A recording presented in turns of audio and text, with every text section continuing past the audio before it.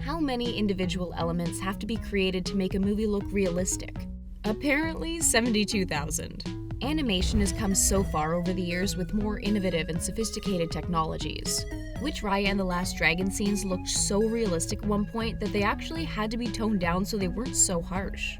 What special technique mimicking camera lenses is a major contributor to the realism of all these animated movies?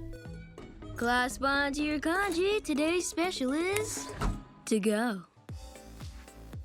Frozen 1 and 2 were released 6 years apart, but if we look at all the details in the animation, well, let's just say we're wildly impressed by the improvement of technology.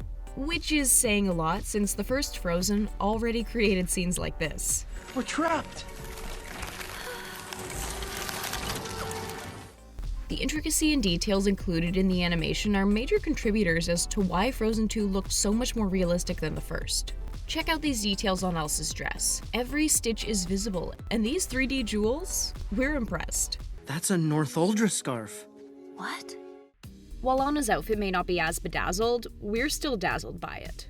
The detailing with all these small pieces of fabric. Not only do we have tiny details, we also have tiny shadows. These are intricate details that we don't really notice unless we're paying much attention to it, but are definitely a major contributor as to why it comes across as so real. If we look at the sisters' hair, we not only notice a difference in the texture and quality of the animated hair, but the two also have more mature styles than they did in the first film. Combining the accurately aged styles with the very detailed strands of hair makes them look so realistic. Not only does it look real, but it also moves like actual hair. This was all thanks to a creation software called Beast.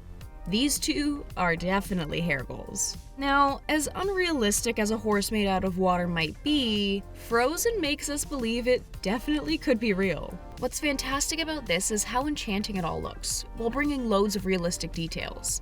The way the water moves and flows as the knock feels so real. Not to mention, for a creature with so few modes of communication, the subtle ways the eyes and ears shift let us know exactly what was going on. It's the details of both look and character combined that really bring these movies of fantasy to life. Of course. While we're on the subject of water, let's take a minute to appreciate how breathtaking these images are. The way the sand looks after being touched by water and how that shifts, the subtle ways the light shift across water and sand. Notice the very subtle mist and spray details? They really make the shot. We see this grand image, but it remains within reason for believability.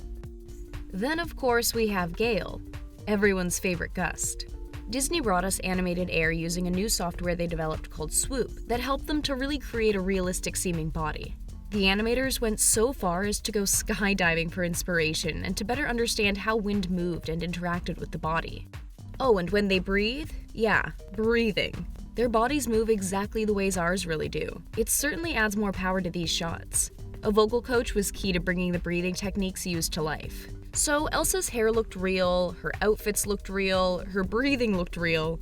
So when she runs, every tiny movement in her feet is seen, thanks to the multiple control points. Oh no, what now?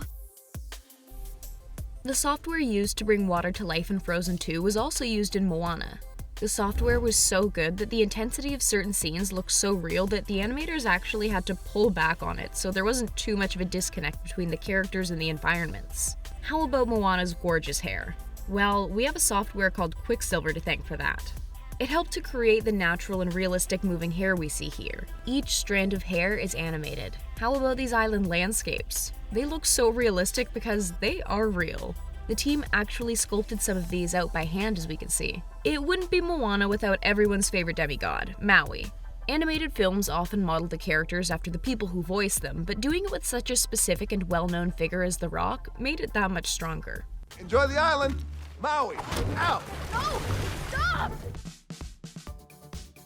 First off, huge props to the 400-person animating team who created this entire film from home in isolation. Every land and setting was put together by combining all the work each artist sent from home, from the layout to the rigging all the way to the animation. Remember all that impressively looking real water we saw in Moana and Frozen 2? Well, as we can see, it all got even better in Raya and the Last Dragon. These scenes make up for some of the 72,000 individual elements animated for the movie. Raya and Numari's fierce outfits were created with a new draping-based design. That's why we can see these subtle motions in the way their clothes move that really brings them to life. The cinematic techniques they used were inspired by naturalistic live-action movies. Major contributors to this are the details of light, the way shots are composed and framed, to the actual lens styles used to bring realistic vibes to the film. The animation in Raya and the Last Dragon at one point looked so realistic that it came across as harsh, and it was too much, so they had to pull back on the details. The intensity is still there, but it's less graphic, which helps to make it a more family-friendly flick. Oh, mighty Sisu! Who said that? We still tear up when we think about this beautiful movie. What makes it extra impressive is how it manages to bring realistic looks to loads of meta and theoretical ideas. In addition to the realistic details of the real world, we find ourselves totally immersed in their universe. Similar to the multiple control feat we saw in Frozen, highly detailed work was put into making Joe's hands and fingers move realistically while playing the piano. First, they animate and outline the general hand placement, and then add every nuanced detail we see looking really closely. So how did the Great Beyond and the Great Before seem like they could be real, fantastical as they were? Notice how these scenes are a bit blurred compared to the scenes in the city? This simple detail managed to make the hypothetical places like a world we could imagine. Part of the realism of these settings came from the material it was based on, the lightest solid synthetic material on Earth, aerogel. Is it H-E double hockey sticks? Hell. Why does Joy always look so bubbly figuratively and literally? Well, if we look closely, we notice that she is actually made of what appears to be tiny, sparkling bubbles. When we see her glow, well, that just perfects her look and energy. That energy is exactly the aim, since that's what they realistically represent. Joy's eyes are also major contributors. It's no shock to learn that her eyes actually had 2 times as many controls than any Pixar character before. Remember this chilling shaky cam scene? The style of shooting was a huge contributor to making the movie feel real. Not only was the style similar, the actual lens looks are imitated by the lenses used in non-animated films. Pixar also used camera capture techniques to animate the film. And by this time, they were pros, since they first used it in creating the short film Blue Umbrella. Check out these 2 aspect ratios. Notice how the image of Toy Story 4 looks less cartoony somehow? This is just one example of how much the technology and ideas have developed.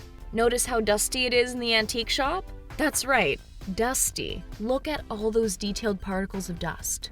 Alongside these cobwebs, it definitely makes the whole world feel way closer to our own. Of course, the animation of these faces were also major steps forward considering how they looked in the first film. Just look at the life in Woody's eyes. The more realistic the animation we see, the more the films have moved us. The fact that the environments and characters we see on screen are reflecting our real world more and more is definitely a major contributor to how we watch and connect with these films. Considering how rapidly the technology has and continues to develop, we can't wait to see what new innovations will be used for the creation of Luca and Encanto.